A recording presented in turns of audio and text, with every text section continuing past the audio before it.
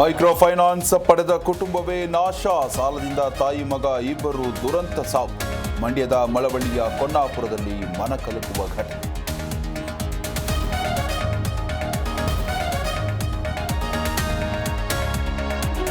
ಆರ್ಥಿಕ ಬಿಕ್ಕಟ್ಟು ಪರಿಹಾರಕ್ಕೆ ಬದಲಾವಣೆ ಬೇಕು. ಈ ಬಜೆಟ್ ಗುಂಡೇಟಿಗೆ ಸಣ್ಣ ಬ್ಯಾಂಡೇಜ್ ಹಾಕಿದಂತಿದೆ. ಕೇಂದ್ರ ಬಜೆಟ್ ಟೀಕಿಸಿದ ರಾಹುಲ್ ಗಾಂಧಿ.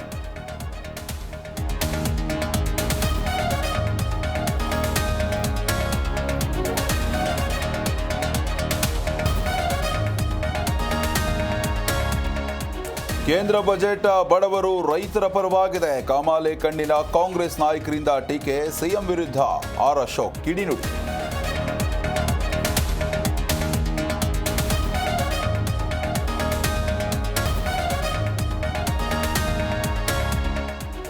ರಿವಾಲ್ವರ್ ಹುಡುಕುವಾಗ ಪರಾರಿ ಯತ್ನ.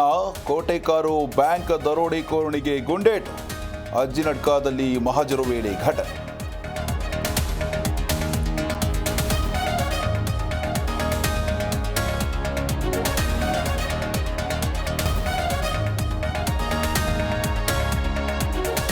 ಚಿಕ್ಕಮಗಳೂರು ಎಸ್ಪಿ ಮುಂದೆ ನಕ್ಸಲ್ ರವೀಂದ್ರ ಸರೆಂಡರ್. ಪ್ಯಾಕೇಜ್ ಒಪ್ಪಿ ಹೋರಾಟಕ್ಕೆ ಗುಡ್ ಬೈ.